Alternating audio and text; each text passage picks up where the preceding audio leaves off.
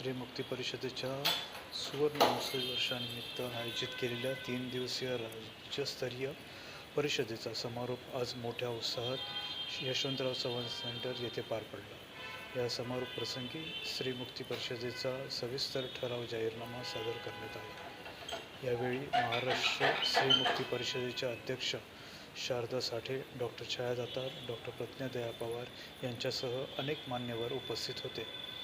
या ठरावात महिला आयोगाची निष्क्रियता, जेंडर बजेटची प्रभावी अंमलबजावणी, मनरेगामधील बदललेल्या कायद्याला विरोध आणि मनरेगाचा हक्क सोडणार नाही हा ठाम निर्णय व्यक्त करण्यात आला.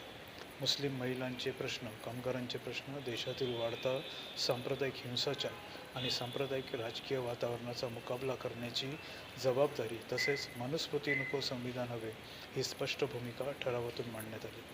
यासोबतच कौटुंबिक हिंसाचार, जात आधारित हिंसा व छळवणूक, क्विअर ट्रान्स लोकांचे प्रश्न, अपंग महिलांचे प्रश्न, महिलांना त्यांच्या गरजांनुसार आरोग्य सेवा उपलब्ध करून देणे, लैंगिक सेवा पुरवणाऱ्या लैंगिक श्रमिकांचे हक्क, सार्वजनिक वाहतूक व्यवस्था, नैसर्गिक संसाधनांवरील महिलांचा अधिकार, कचरा वेचकांचे प्रश्न व कचरा व्यवस्थापन तसेच प्रसारमाध्यमे आणि समाज माध्यमांची भूमिका या मुद्द्यांवर सविस्तर भूमिका मांडण्यात आली.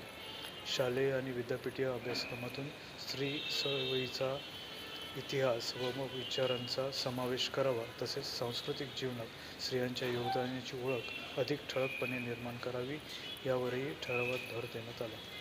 परिषदेच्या समारोपानिमित्त मुंबईतील आझाद मैदानात भव्य सांस्कृतिक मेळावा. श्री मुक्ती चळवळीचे प्रतिनिधी सूरज पवार यांनी आपल्या मनोगतात सांगितले की गेल्या 50 वर्षात श्री मुक्ती चळवळीचे कार्य केले आहे आणि यापुढेही ते कार्य सुरू राहील. मात्र खरी गरज पुरुषांना समानतेची भाषा समजावून सांगण्याची आहे.